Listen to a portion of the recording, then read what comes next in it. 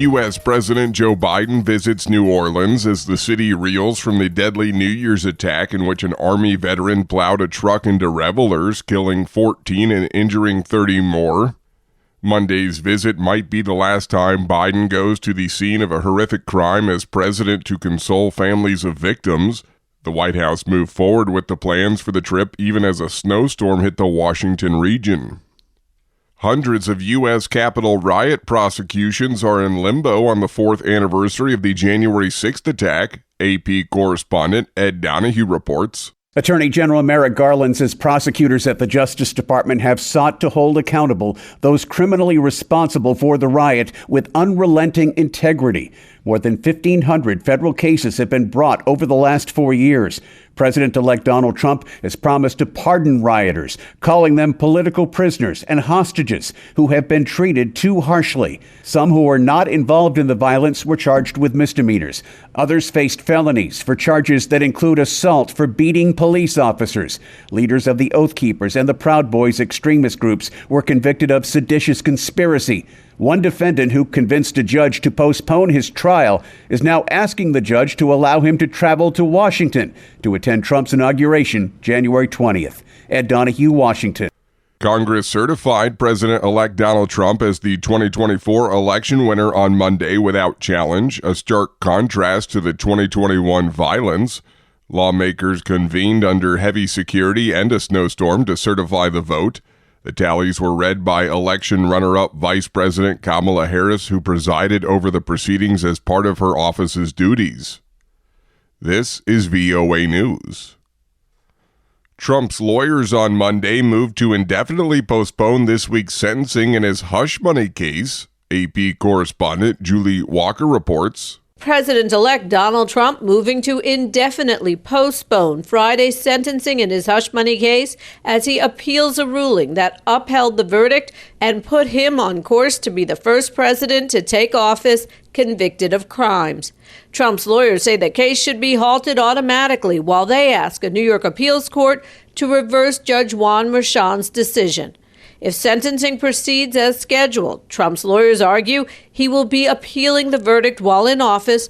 Judge Merchan rejected Trump's bid to throw out the verdict in light of his impending return to the White House, but signaled he's not likely to sentence the Republican to any punishment for his conviction on 34 felony counts of falsifying business records, something Trump denies.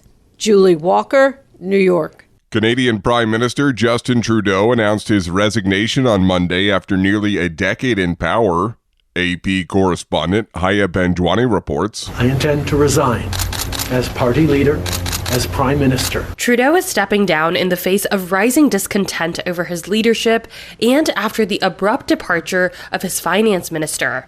That showed growing tension within his government. He said he plans to stay on as Prime Minister until a new leader of the Liberal Party is chosen. This country deserves a real choice in the next election, and it has become clear to me that if I'm having to fight internal battles, I cannot be the best option in that election. News conference audio courtesy of CTV. I'm Haya Panjwani. Russia's defense ministry claimed on Monday its troops in eastern Ukraine have captured a town after a months-long battle. AP correspondent Charles de Ledesma reports. Ukrainian forces say the town under question, Kurakhova, is not in Russian hands, while acknowledging that units are conducting assaults against urban areas. The move comes a day after the Russian Defense Ministry said Ukrainian forces had pressed new attacks in Russia's Kursk border region. Ukrainian President Volodymyr Zelensky said on Saturday Russian forces lost up to a battalion of infantry during battles in that region, with North Korean losses as well as Russian paratroopers. The inauguration in 2 weeks' time of President-elect Donald Trump has brought a new element of uncertainty and triggered an apparent effort by both sides to establish battlefield gains before any possible peace talks. I'm Charles de Ledesma.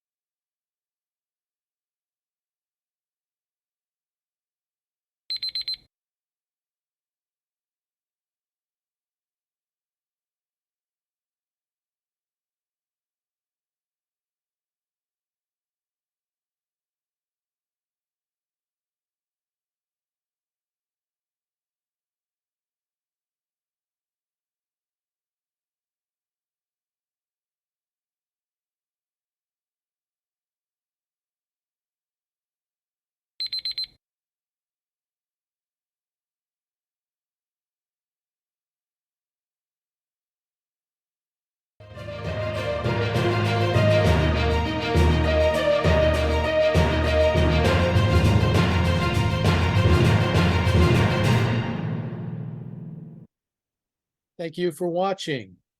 Can you do me a favor? Please leave a comment in the comment section below.